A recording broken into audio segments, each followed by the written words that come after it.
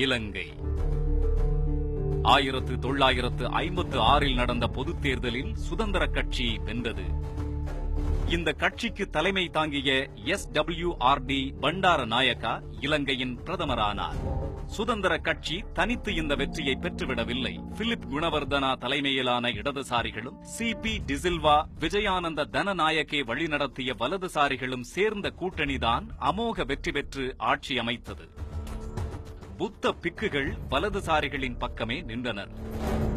அரசியலில் இடது வலது என்ற இந்த கூட்டணி முரண்பாடு அரசிலும் எதிரொலிக்காமல் இல்லை. இடதுசாரிகளுக்கும் வலதுசாரிகளுக்கும் இடையே போட்டா போட்டியே நிலவியது.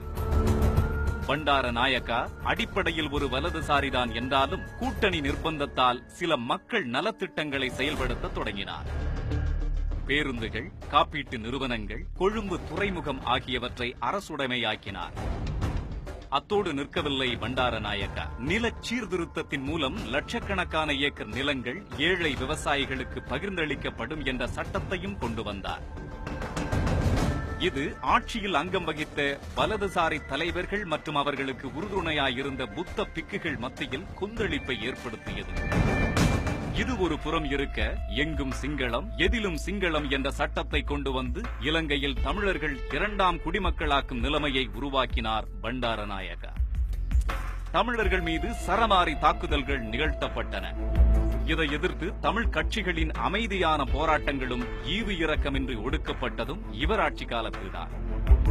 தமிழர்களின் போராட்டம் உச்சகட்டத்தை எட்ட வேறு வழியில்லாமல் தமிழர்களோடு சமரசம் செய்து கொள்ளும் வகையில் ஒரு ஒப்பந்தத்தை அமைக்க முனைந்தார் பண்டாரநாயக்கா. இதற்கும் புத்த பிக்குகள் கடும் எதிர்ப்பு தெரிவித்தனர். இந்த சூழலில் ஒரு நாள் சோமராமா என்ற புத்த பிக்கு ஒருவர் பண்டாரநாயக்காவை சந்திக்க வந்தார்.